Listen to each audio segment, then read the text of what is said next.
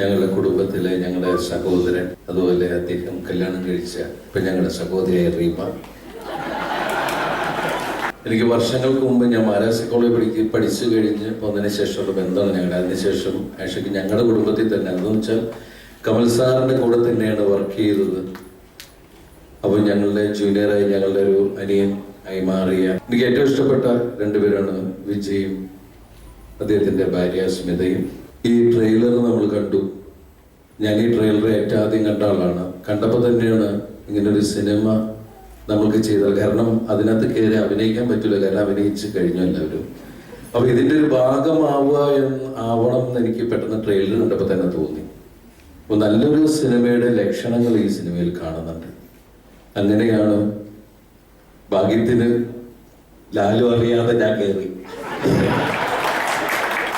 അങ്ങനെ വേഗം ഹംസക്കേരൊക്കെ പറഞ്ഞു വിട്ട് അങ്ങനെ നമ്മൾ ഈ സിനിമ കൊണ്ടുവരികയാണ്.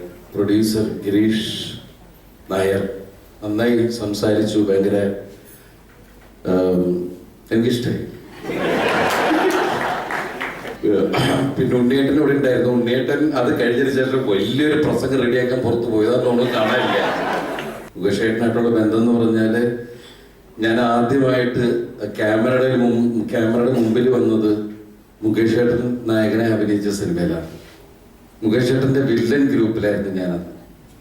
അതിനുശേഷം മുകേഷ് ഏട്ടൻ ഒരുമിച്ച് 1-2 സിനിമകൾ, ഇപ്പോൾ 3 സിനിമ അദ്ദേഹത്തിനോട് അഭിനയിക്കാൻ സാധിച്ചു. ഒന്ന് കല്യാണപ്പിറ്റേന്ന്, പിന്നെ വിനോദയാത്ര, പിന്നെ സൗണ്ട് തോമ.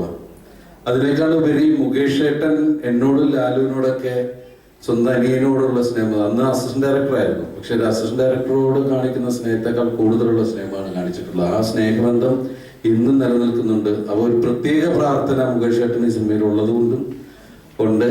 അപ്പോൾ ഈ സിനിമ ഗംഭീര വിജയമാവട്ടെ, നമുക്ക് എല്ലാവർക്കും പൈസ കിട്ടട്ടെ പ്രാർത്ഥിച്ചുകൊണ്ട് നന്ദി, നമസ്കാരം.